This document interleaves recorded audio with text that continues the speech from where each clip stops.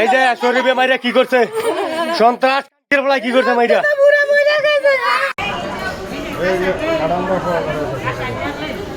সুরিয়াবো গ্রামে মসজিদ কমিটির দ্বন্দ্বে স্থানীয় আধিপত্য নিয়ে দুই গ্রুপের মধ্যে সংঘর্ষের ঘটনা ঘটেছে, যাতে 5-6 জন আহত হয়েছে বলে আমরা জানতে পেরেছি। আর ঘটনাস্থলে ইতিমধ্যে একাধিকবার আমরা পুলিশ পাঠিয়ে ঘটনার সাথে জড়িত ব্যক্তিদের গ্রেপ্তারের জন্য আমরা অভিযান পরিচালনা করেছি। পরিকল্পিতভাবে হেরা আমার বাইকের উপর আক্রমণ করছে, বাইবাতিজের উপর আক্রমণ করছে, এমন করে হেরা আরো একবার আক্রমণ করে আমার বাইরে রাস্তা মেরে ফেলাইছে। পরে আমি মা গেছি পরে আমারও বাইরে এসে সৈদুরে মারছে, কাউসারে মারছে, শরীফে মারছে, পরে ছেলের আব্বাই গেছে, তারও আহত করে থুইছে মাইরা।